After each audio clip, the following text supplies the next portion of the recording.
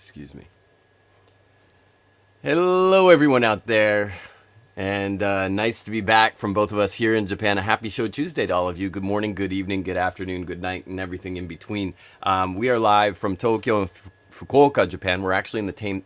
I can't speak right now. We are in the same time zone for the first time in about 8 weeks, Yeah, and it's a weird feeling. Steven, how you doing? I'm good, Christopher. We haven't had one of these in a few weeks. Glad to be back with you. Haven't seen you in a while. Been missing you. Oh, We typically talk virtually every day, but then when you're off in the States doing your thing, I don't get to talk to you much. But living out of my suitcase for yeah, months at a time. Yeah, fun, fun, fun. yeah. Don't recommend doing it often, but anyway, Yeah. we are Welcome back. back for episode. Thank you, episode number 148, and we are going to. This will be a little bit of a quick one, but we are going to eventually talk about some of the things that we got up to in the States over the past couple of months. But before we get there, and in the interest of brevity and expeditiousness, why don't we bop right into booze news? What's been going on? Well, I think that this is a big nomination and award season, and the It James is. Beard Awards just had their announcements, and Yeah. I just wanted to shout out to Emma Jansen and Nancy Matsumoto, who both won Best Drinks Books awards. I've known both of them for a while. They're both fantastic humans, very well deserved for their work. It was Emma, I think it might have been her third nomination. Uh, so she's just a prolific author. And her first book, Mezcal, got a nomination. Then her next book was with Julia Mimose in Chicago, got a nomination. And then Mm-hmm. finally won for the Bartender's Manifesto, which she wrote with Toby Maloney. I have a copy. I haven't read it yet, but I'm definitely going to have to crack that one open soon. And then Nancy Matsumoto is a fellow journalist who actually published a book on craft sake. And she and her co-author were nominated, or sorry, won for the category that I was nominated for a couple of years ago.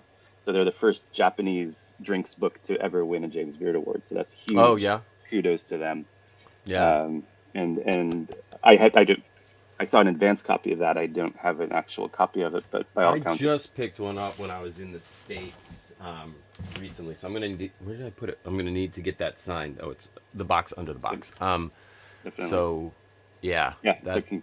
huge congratulations to them. The James Beard Awards are basically the Oscars of food in the United States. So it's a big, Mm-hmm. big, big deal to take home one of these prizes. It certainly So is. congratulations to them. And in much, much smaller booze news, we are a top 10 finalist for Best Podcast Media for the Spirited Awards, which is some would say the Oscars of drinks in America. Uh, but yeah, very, very proud of you and Rich Pav and myself for accomplishing that with our little podcast. Japan Um, distilled. yeah, so that's a nice little feather in our cap. I'll be more excited if we actually move on beyond the top 10, but I don't expect to win. We're an incredibly competitive group. Like there's some of my heroes that we're Yeah, up we against. That's are looking around down the line. I'm like, why am I here? yep, yep, But a exactly. little bit of imposter syndrome, a lot of imposter syndrome going on there. But yeah, we'll know when is the cutoff. They're gonna whittle You it down from 10 to 4 That's right. finalists. June 27th, it goes from they're going to announce the four finalists in the category, and then Okay, July 27th, at the last day of Tales of the Cocktail, they have the Spirited Awards, and we will be in New Orleans. So if we somehow will. we get into the top four, then I guess we got to get ourselves to the Spirited Awards to see if we're to be gracious losers, I would say. Yeah, Um, yeah, yeah. no, So no, and it is truly an honor just to be nominated. People say that all the time to the point that it is a cliche. It's yep. automatic. It's a knee jerk reaction to these sort of things. But when you look at the other folks that are nominated, it's like, no, it is actually really an Yeah. honor to be included in this group. So yeah, Right. humbled, honored. Thank you so much, TOTC. It definitely put a smile on my face when I read that news last week. Yeah. No question. I mean, I remember. I was frustrated with myself because these two things often line up, the Tales of the Cocktail, or the Spirited Award, sorry, and James Beard. And I remember beating myself up because I did not nominate myself for the book awards for the Spirited Awards. Mm-hmm. And there were only 8 finalists in the top 10 that year for drinks books. Uh, So if I had nominated myself, I would have been number 9, right? So I could have had a nomination for that, and I went to sleep just like frustrated with myself that I didn't think to do it, because you can uh, self-nominate, which feels weird, but I didn't know that. Yeah. yeah. But the next morning, I woke up to this. My phone had just blown up with text messages overnight because people had caught wind of the Beard nomination. So, and that was absolutely the same thing. It was such an honor to be nominated. I mean, I had no business being one of the book nominees as far as I was concerned. I don't know And about then that. Yeah. to lose to Jancis Robinson, who's this goddess of wine for the wine atlas. Like, how do you compete? You know. Right. So it was It's absolutely unfair. an honor to be nominated. And same thing here. You know, I love what we do with our podcast, and I'm very proud of the content that we put out and the quality. But it's really nice to have some external recognition of that. Sure. Speaking of which, we do have a new episode out as of June 3rd. So that is That's right. available over on just japandistilled.com. That episode is about Mitosaya, which is a eau de vie distillery that Stephen and I have talked about before on this very live stream. But you Sure. can get a whole lot more in-depth information from that episode. Yeah, that one took us a while. We had actually recorded that before some of the other episodes that we released recently, but we wanted to get some other content out a little bit faster. But Christopher and I are both super fans of Eguchi-san. He's just a pretty amazing distiller. Very happy to know him now a little bit, and look forward to getting back there. Highly recommend if you can figure out a chance to get out there. The logistics of it are daunting. Yeah, and it's yeah, it's tough to get there, but it's worth the trip, and especially if you get on their mailing list and figure out when they're having their open houses and things like that. Definitely would be a fun experience. Yeah, yeah, absolutely. They do welcome people to the distillery repeatedly throughout the month, or at least throughout the season. So if you are of means and can get your butt out there, then definitely do it. You won't regret it. Let's see, moving on. I think that's probably enough for booze because we're about a third of the way to our goal here. A little bit of a review Sure. on what's been going on in the States. Some of you will know, will be aware, will have seen through social media that as I was in the States the last 3 weeks, in fact, the final 3 weeks of my 7-week journey, or this big giant loop around the United States of America, I had a good friend in tow, Mori Reina, the chef owner of Yokaban. I don't think there's any other way to put it, one of the best shochu izakaya in the world, certainly in Japan. And she closed her shop for a whole month. She got her passport in February. She had never left Japan before. And Amazing. she flew herself over to the United States to help spread the word about shochu, and particularly Kagoshima culture. And so we started off in Brooklyn, in Greenpoint, at one of our favorite places, which is, of course, the combination of Bin Bin Sake, which is a bottle shop inside of the much larger and much longer, well, quite a bit more senior, as these things go, Rule of Thirds. Our good friend George, welcome to Sin. Also, our good friend Emi Tomita, the paper cut artist who will be exhibiting at the Louvre next year. She brought 8 pieces that she made specifically for this pop-up. And we were supported by Snow Peak, which is, I don't know, how would you describe Snow Peak? Snow They're like Peak is like, Japanese Patagonia, I think. yeah, but made out of titanium and extraordinarily expensive. Like ridiculous. Like Patagonia is nowhere near as expensive. Yeah, well, that's why I said Japanese Patagonia, because everything's Yeah, going to be a sure. little bit better made. They're a combination of Patagonia and REI, maybe, because they really Okay. do kind of swerve into camping equipment. And they kind of were at the forefront of glamping or Hmm. car camping back in the 1980s in Japan, where they helped couples and young families to use their own vehicles as kind of the nexus or the hub of their camping experience, and all Okay. of these things, contraptions that could kind of be snapped on and adjoined to make a little hut or something. Yeah. And so they kind of were at the forefront of that, and now they have They have a new shop in Brooklyn, and they are very big fans of what Honkaku Spirits is attempting to do vis-a-vis Japanese food and drink culture.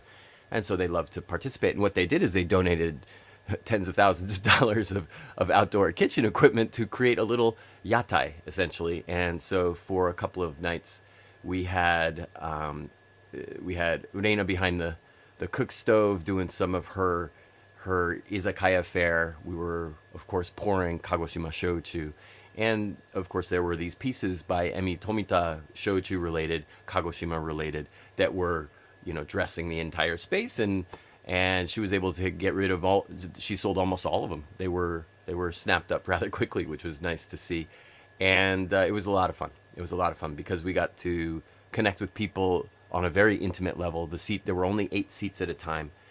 You had to reserve ahead of time, and it was fast paced. It was based on her personality, and if you've never been to dine at her counter, yeah, she is. So when you're making your trip to Japan, and a lot of people are right now, it's a great time to come because the yen continues to be pretty weak. You're getting a 30 to 35% discount on everything compared to normal currency exchange rates. So if it's not on your bucket list, I would get over here within the next year or so because it's going to be worth your while in more ways than one. And if you can, plan for a trip all the way down to the southernmost tip of the bullet train network, which goes all the way down to Kagoshima Chuo Station. And that's just it's a short cab ride, a streetcar, 20-minute walk from Yokaban, where you definitely should go and partake. So that was a lot of fun. Yeah. Yeah. I mean, rule of thirds and Nena, all in the same place is just kind of a little bit of FOMO for me.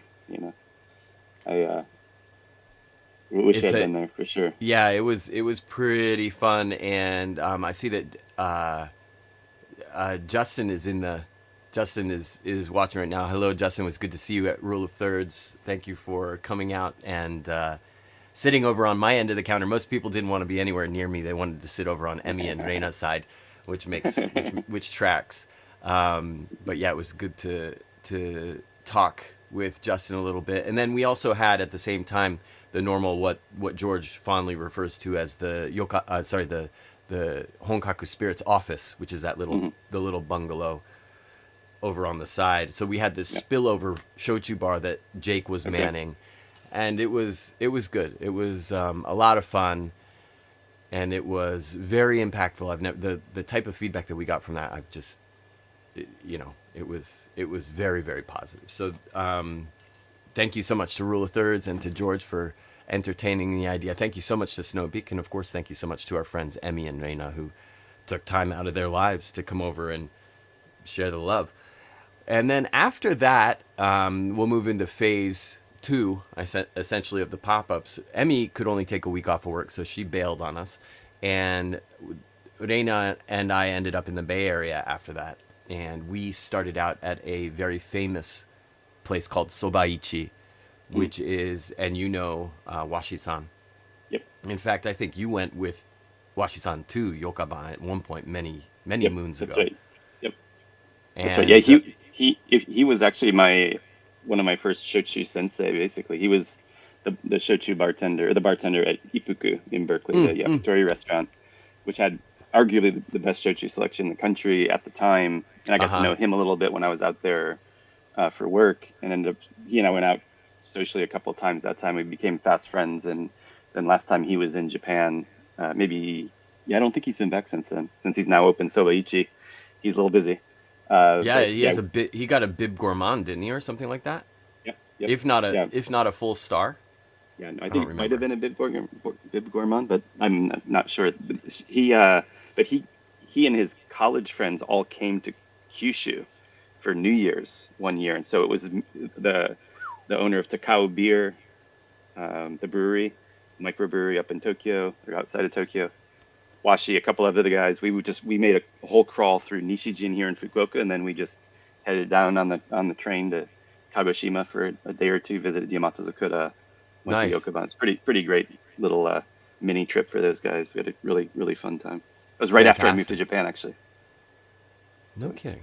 Well, he invited us in, and with the help of Umami Mart, which we would later pop up at, we just put up a shochu table, and it was a pop up night. Really, the restaurant itself was closed, but they have this great outdoor space in front of the restaurant, which people come over and pop up. And there was a little table that had potted plants, and then they were also taking food orders, and then there was a menu of stuff that you could order, and then Reina and I manned the shochu table, and we had, what was it, like 5 or 6 different bottles that you could have by the glass. And by the end of the night, we had sold over $1,000 worth of shochu to all of the folks that were frequenting the pop-up, and it was quite good. We had a great time. I think it was even Washi-san was very surprised by the volume that had moved and how quickly we were getting through the bottles. So very, very fun, very, very good experience. A little cold. I will say, as many people know, the Bay Area is not typically all that warm, but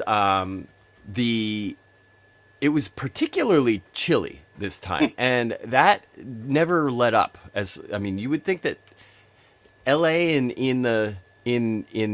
at the end of May, early June should be pretty warm. Not at all. So anyway, after a couple nights later, we popped up at Umami Mart.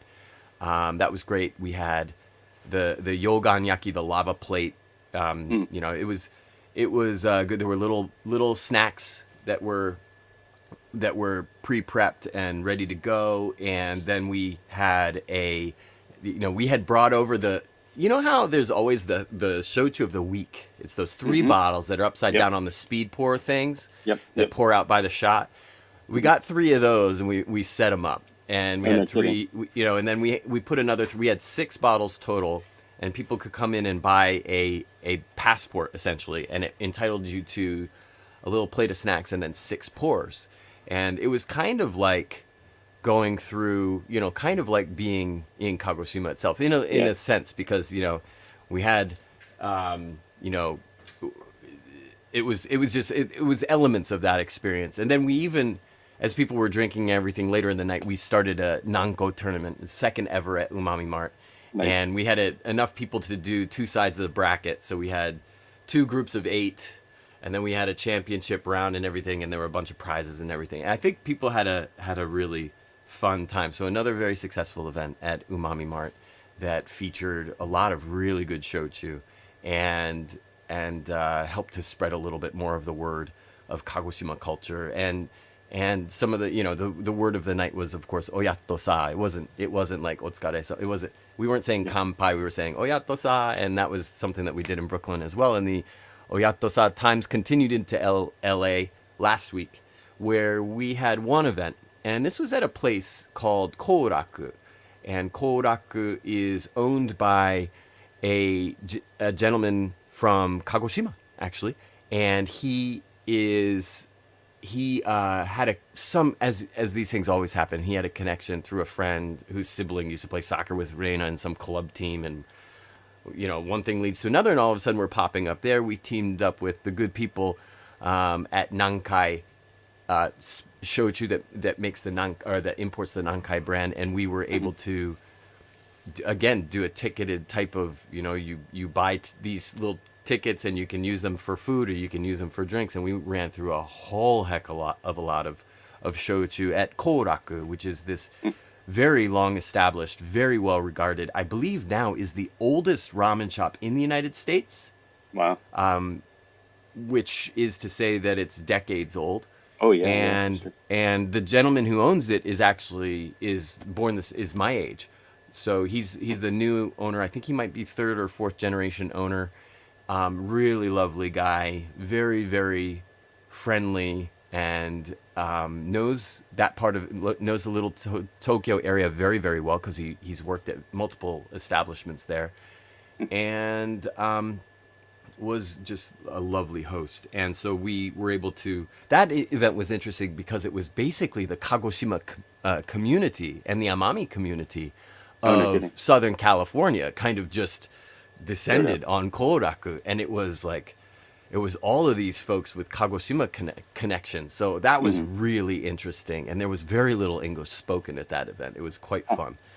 So it was good. Got to spread more of the word. And thanks to everybody taking time out of their day, their week, their month to make it mm-hmm. happen. Sure. No, that's a pretty great schedule, and sounds like you guys had a great time and spread the word quite a bit. So nice job. That's gotta, Thank you. Yeah. yeah. And now I'm back in Tokyo finally after 7 weeks and starting to plan the next trip. So Right. anyway, yeah, it was good. And Yep. so thank you to everybody who came out. And yeah, anybody who is just hearing of this now, pay attention. Next time Yep. we're doing some sort of pop-up, it's I almost assuredly worth the visit. Sure. So Yeah, no anyway, question. cool. So thank you Yep. for indulging me in that little round No, trip. no worries. I think maybe Chris Caldwell asked if the Patreon's still active. Yes, it is, and I realized way too late. We probably should have been sending out updates on all of these potential events in case Patreon supporters were in those markets, so that they would be aware of the opportunities. So my apologies for that. I need to get better at Patreoning, so I'll work on it. But we are. I think when we first announced the Patreon, we had talked about the possibility of bottlings available to our supporters, and we are now making progress on that. Nothing to announce yet, but we've gotten legal clearance on a number of fronts, so it's actually something we can do. So at least folks based in Japan or the US, we will very likely have some Japan distilled exclusive bottlings coming in the future. Yeah. I'm not going to say anything about when or what, because Oh, until it's cannot make any predictions. Yeah. until it's on a ship, I'm not gonna Even I'm not, then, I'm not gonna even believe then, it. until it's landed and is in a warehouse that we have some control over, Yeah, then right, it's right, when right. I start to feel some semblance of comfort and confidence. Yep. But yeah, that's very cool, and another reason to stick with us. That sometimes it takes a while, but we don't ever lose sight of the big picture. So, Yep. and the big picture includes all folks like you who are watching this now and who are watching it on archive. People who get it, see the beauty and the potential of it, and want to tell everyone. And we love you for it. But maybe we can move on to the final third here, since we're kind of Sure. coming in. We're finishing the next 5 minutes, I think. But do you have a newly opened or a bottle kill? I just got back, I so I don't really have Yeah, sure. anything. My newly open. I'm just gonna take. I had a different one in mind, but I'll do that one next week. Um, Oh, I recently opened Tatsumi's Traces of Inaki, and this is actually traces. absinthe.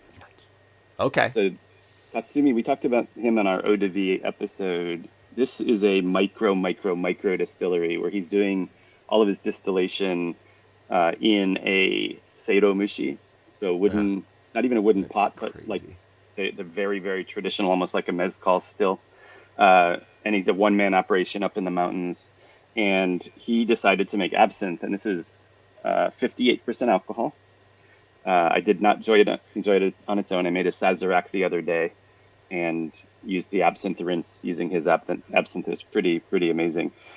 If you can find his bottles when you're in Japan, definitely look for them. They're pretty wild. He makes a lot of different gin expressions, and he does delve into other obscure spirits as well. So that was my newly opened. I think it apropos of our recent Mitosaya podcast episode. I guess another eau de vie maker would be the direction to go. Yeah, that's a that I have never purchased one of. I've had lots of his stuff, mostly Hmm. because of going to frequenting a few of the bars that tend to get first dibs on a lot of his stuff. Hmm. But they are unicorns. They're hard to find. I got this at Todoroki Sake-ten's Honten, so their head shop, not head shop, their main shop in a little bit south of Hakata Station, a couple stops south. And I was just walking around looking, and I just noticed this little corner, and there was like three of his things on the shelf, and I snapped them all up. This is the first one I've actually opened. It does a little wax seal. Took me a minute to figure out how to take that off. Um, Yeah, but yeah, childproof. and you're right. I mean, he might get what 300-400 bottles maybe per run when he makes Yeah, this stuff. It's very, very little that he makes. So if you find it, buy it. You won't yeah. regret it. If you see it, you're not gonna see it again. I think is maybe Yeah. one way to put it. That's right. But yeah, very, very cool. Very, yeah, it's so cool. I wish I had better access to that stuff. Yeah. Maybe. Anyway, yeah, Yeah, go we're ahead. running short on time. But I maybe next week we can go over little bit of what I was doing while you were in the U.S. because I was not idle. I actually visited 6 distilleries in the last 3 weeks. So maybe we'll give a little update on that next time. Cool, cool, cool.